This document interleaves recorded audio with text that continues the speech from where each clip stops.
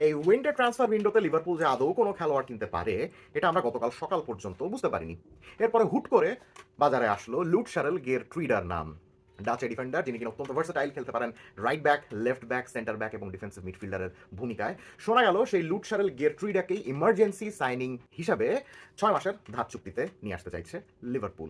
আরবি লাইপজিগের এই centre back যিনি কিনা অলরেডি স্যান্ডারল্যান্ডে ধারে আছেন, এমন একজন ডিফেন্ডারকে নাকি লিভারপুলের পছন্দ হয়েছে। এবং সবচেয়ে বড় কথা, লিভারপুলের বর্তমান কোচ আর্নে স্লট তিনি যখন ফেইনউডে ছিলেন তখন এই গিয়ার ট্রিডা আর্নে স্লটের অন্যতম গুরুত্বপূর্ণ খেলোয়াড় ছিলেন। সো সবকিছু মিলিয়ে এটাই মনে হচ্ছিল যে লিভারপুলের যেহেতু ইনজুরি সমস্যা অনেক বাজে, সেহেতু এমার্জেন্সি সাইনিং হিসাবে এই এমন একজন খেলোয়াড়কে লিভারপুল আনতে চাইছে যাকে কিনা আর্নে স্লট আগে থেকে খুবই ভালো মতো চিনেন।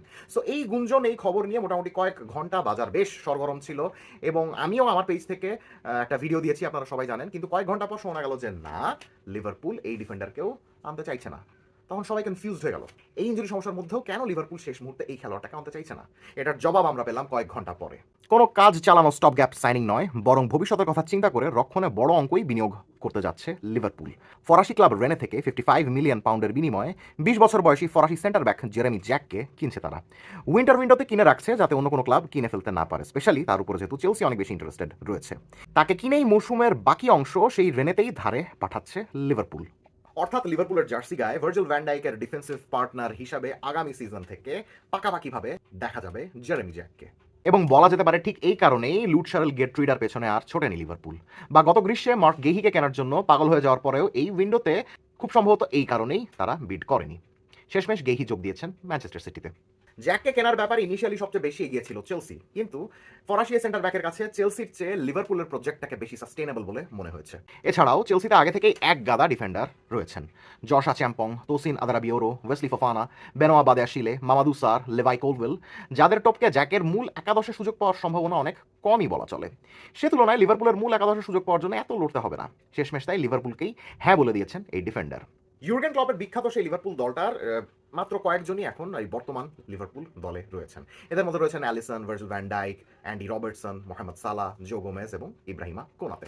ভ্যান ডাইকের বয়স হয়েছে, আর সর্বোচ্চ এক মৌসুম হয়তো লিভারপুলের মূল একাদশে নিয়মিত খেলতে পারবেন। রবার্টসন, অ্যালিসন আর সালাহ সামনের গ্রীষ্মে তিনজনের ক্লাব ছাড়ার সম্ভাবনা অনেক বেশি।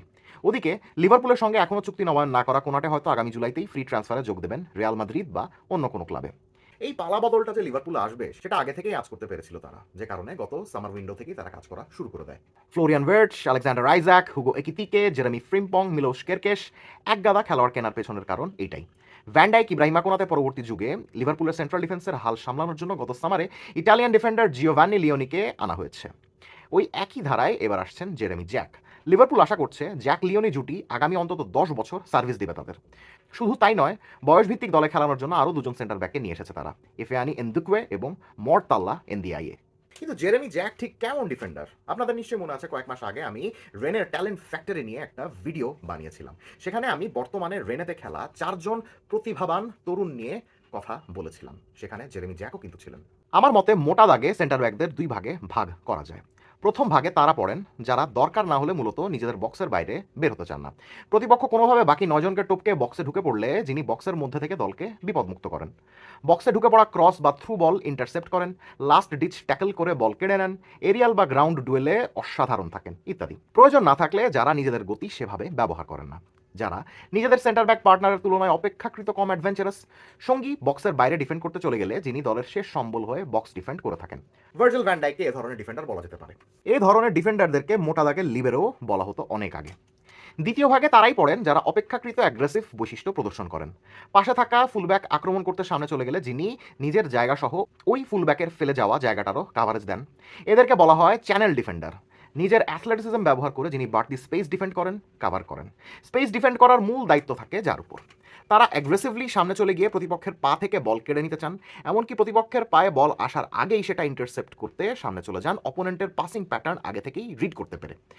এদের মূলত বেশ ভালো রিকভারি স্পিড থাকে, যার সাহায্যে দরকার পড়লে পেছনে দৌড়ে প্রতিপক্ষকে আটকাতে পারেন। প্রতিপক্ষের ড্রিবলিং ও স্পিডি উইঙ্গারকে সাইড লাইনে ঠেসে ধরে বল কেড়ে নিতে পারেন অ্যাগ্রেসিভলি। লিভারপুলের ইব্রাহিমা কোনাতে, রিয়াল মাদ্রিদের এদের মিলিতাও এবং বার্সেলোনার রোনাল্ড আরাউহোকে মোটা দাগে অনেকটা এই ধরনের ডিফেন্ডার বলা যেতে পারে। জেরেমি জ্যাকও এই ধরনের ডিফেন্ডার। 6 ফুট 3 ইঞ্চির মতো উচ্চতার এই ডিফেন্ডার তেমন পেশিবহুল নন, লিকলিকে গড়নের লম্বা লম্বা পা আছে। তাই বলে যে তিনি শক্তিশালী নন ব্যাপারটা তেমন নয়। আর লম্বা পা থাকার কারণে এমন এমন জায়গা থেকে প্রতিপক্ষকে ইন্টারসেপ্ট করতে পারেন যা অন্যান্যরা সাধারণত করতে পারেন না। বেশ গতিশীল থাকার কারণে হাইলাইন ডিফেন্সেও সমস্যা হয় না তার।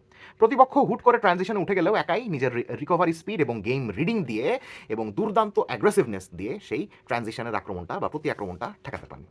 তাই বলে প্রথম ভাগের ডিফেন্ডারদের মতো বক্স ডিফেন্ডিং যে উনি করতে পারেন না ব্যাপারটা সেরকম নয়। 3 ম্যান বা 4 ম্যান ব্যাকলাইনে right centre back, left centre back, central centre back যে কোনো ভূমিকাতেই তিনি খেলতে পারেন। রেনেতে সেভাবেই খেলেছেন। এ ধরনের ডিফেন্ডারের পাশে থাকা ফুলব্যাকরা নিশ্চিন্তে অ্যাটাকিং খেলতে পারেন, কারণ তারা জানেন তাদের পেছনে পড়ে থাকা স্পেস কভার করার জন্য জ্যাক আছেন। জ্যাকের আরেকটা ইন্টারেস্টিং গুণ, অন্যান্য যে কোনো ডিফেন্ডারের তুলনায় বেশি উচ্চতায় লাফ দিতে পারেন, যা এরিয়াল ডুয়েল জিততে সাহায্য করে তাকে। হেড করে দলকে বিপদমুক্ত করতে পারেন বেশ ভালোভাবেই, তবে ভ্যান ডাইক যেমন ডিফেন্সিভলি হেড করলেও এমনভাবে করেন যাতে বলটা নিজেদের কোনো খেলোয়াড়ের কাছেই যায়, অমনটা আবার এখনই করতে পারেন না জ্যাক। স্বাভাবিক, বয়স তো মাত্র 20। এরিয়াল ডুয়েলের সফলতার দিক দিয়ে ভ্যান ডাইকের কাছাকাছি আছেন জ্যাক। পজিশনিং আর গেম রিড করার সক্ষমতার কারণে অ্যাগ্রেসিভ হওয়ার পাশাপাশি সঠিক সময় সঠিক জায়গাতেও থাকতে পারেন এই ডিফেন্ডার। অনায়াসে বর্তমান সময়ের অন্যতম অ্যাগ্রেসিভ ডিফেন্ডার বলা যেতে পারে তাকে।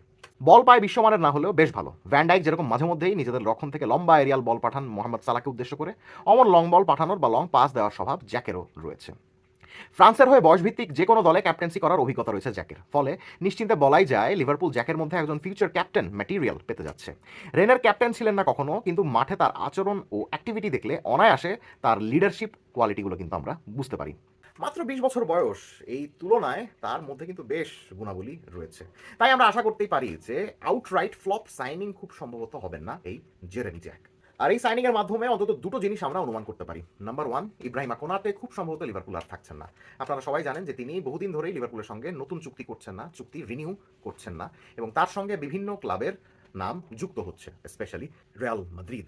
তাই জেরেমি জ্যাককে এত তাড়াহুড়ো করে জানুয়ারির মধ্যেই আগে থেকে কিনে রাখা, চেলসিকে হারিয়ে, এটার কারণ একটাই হতে পারে যে ইব্রাহিমা কোনাতে যে সামনের কয়েক মাসে কন্ট্রাক্ট রিনিউ করে লিভারপুলে থাকবেন এই সম্ভাবনা অনেক কম। আরেকটা জিনিস আমরা বুঝতে পেরেছি, শাবি আলোনসো যখন রিয়াল মাদ্রিদের ম্যানেজার ছিলেন তখন জেরেমি জ্যাককে আনার ব্যাপারে আগ্রহ দেখিয়েছিল রিয়াল মাদ্রিদও। সেই জ্যাককেই তড়িঘড়ি করে আগামী মৌসুমের জন্য আনার মানে হলো আগামী গ্রীষ্মেই খুব সম্ভবত আর্নে স্লটের জায়গায় শাবি আলোনসো আসছেন লিভারপুলের কোচ হিসাবে। যে কারণে চেলসির কাছ থেকে ছোঁ মেরে আলোনসোর পছন্দের ডিফেন্ডারকে তড়িঘড়ি করে এই জানুয়ারিতেই নিয়ে আসছে লিভারপুল। এখন দেখা যাক সামনে কি হয়। কমেন্ট সেকশনে জানিয়ে দিবেন লিভারপুলের জেরেমি জ্যাক এর সাইনিং এর ব্যাপারে আপনি কি ভাবছেন। Let's have a discussion.